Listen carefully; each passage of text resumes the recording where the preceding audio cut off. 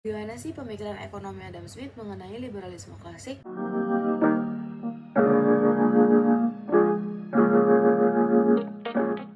Assalamualaikum warahmatullahi wabarakatuh. Halo semuanya, saya Seren Alvira, mahasiswa hubungan internasional Universitas Al-Azhar Indonesia dari kelas HI 20B.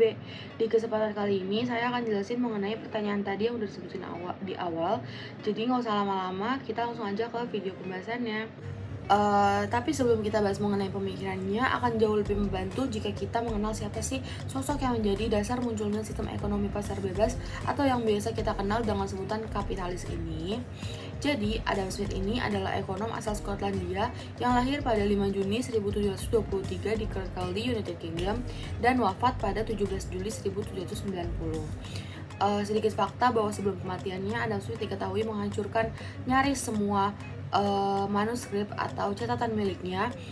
Ia bahkan menghancurkan manuskrip tentang dua teori besar yang dikeluarkannya pada tahun terakhir sebelum kematiannya. Ia telah merencanakan dua pengetahuan besar tentang sejarah hukum dan teori tentang sains dan kesenian.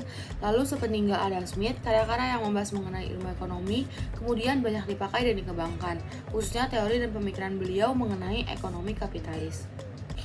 Lalu pada era abad ke-18, Adam Smith memperkenalkan sebuah teori baru yang mengatakan bahwa seseorang atau individu dapat membina kehidupan bermoral dan berekonomi tanpa bimbingan atau arahan dari negara. Dan suatu negara dapat menjadi kuat apabila rakyatnya juga bebas. Lalu menurut Adam Smith juga kemakmuran dan kekayaan negara hanya dapat diperoleh dengan menjalankan prinsip-prinsip laissez-faire di dalam negara dan prinsip perdagangan bebas dengan negara-negara lain. Nah, Adam Smith ini mulai dikenal luas karena salah satu teorinya yaitu yang udah disebutin tadi, yaitu laissez-faire, yang mana konsep ekonomi menurut beliau adalah dengan berlaku bebas dan liberal tanpa adanya campur tangan penguasa. Yang menurut Adam Smith, segala kekuatan ekonomi seharusnya berada di tangan pasar, yang mana manusia punya kedudukan sebagai individu yang harus selalu diutamakan. Adam Smith percaya bahwa pasar yang terbuka dan kompetitif memerdekakan masyarakat umum, terutama para pekerja miskin. Pemikirannya ini sangat mempengaruhi pembuatan kebijakan dan menuntun kepada suatu masa dari kebijakan tersebut untuk penerapan perdagangan bebas dan pertumbuhan ekonomi juga.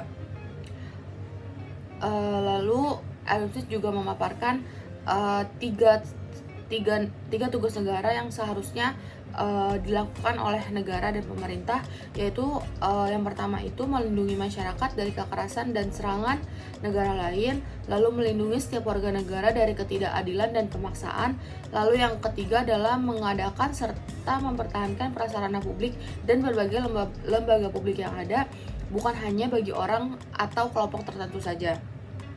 Lalu salah satu buku Adam Smith yang juga penting untuk disebutkan yaitu bukunya yang paling terkenal yang membahas tentang tangan tak kasat mata. Sebenarnya tangan tak kasat mata ini adalah metafora yang diperkenalkan oleh Adam Smith dalam bukunya yang cukup terkenal, yang sangat terkenal, yaitu An Inquiry into the Nature and Cases of the World of Nation, yang terbit pada tahun 1776.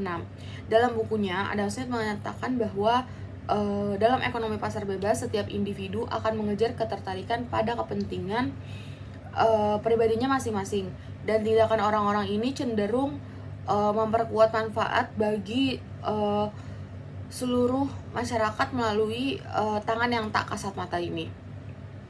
Sekian penjelasan saya mengenai pemikiran ekonomi Adam Smith mengenai liberalisme klasik.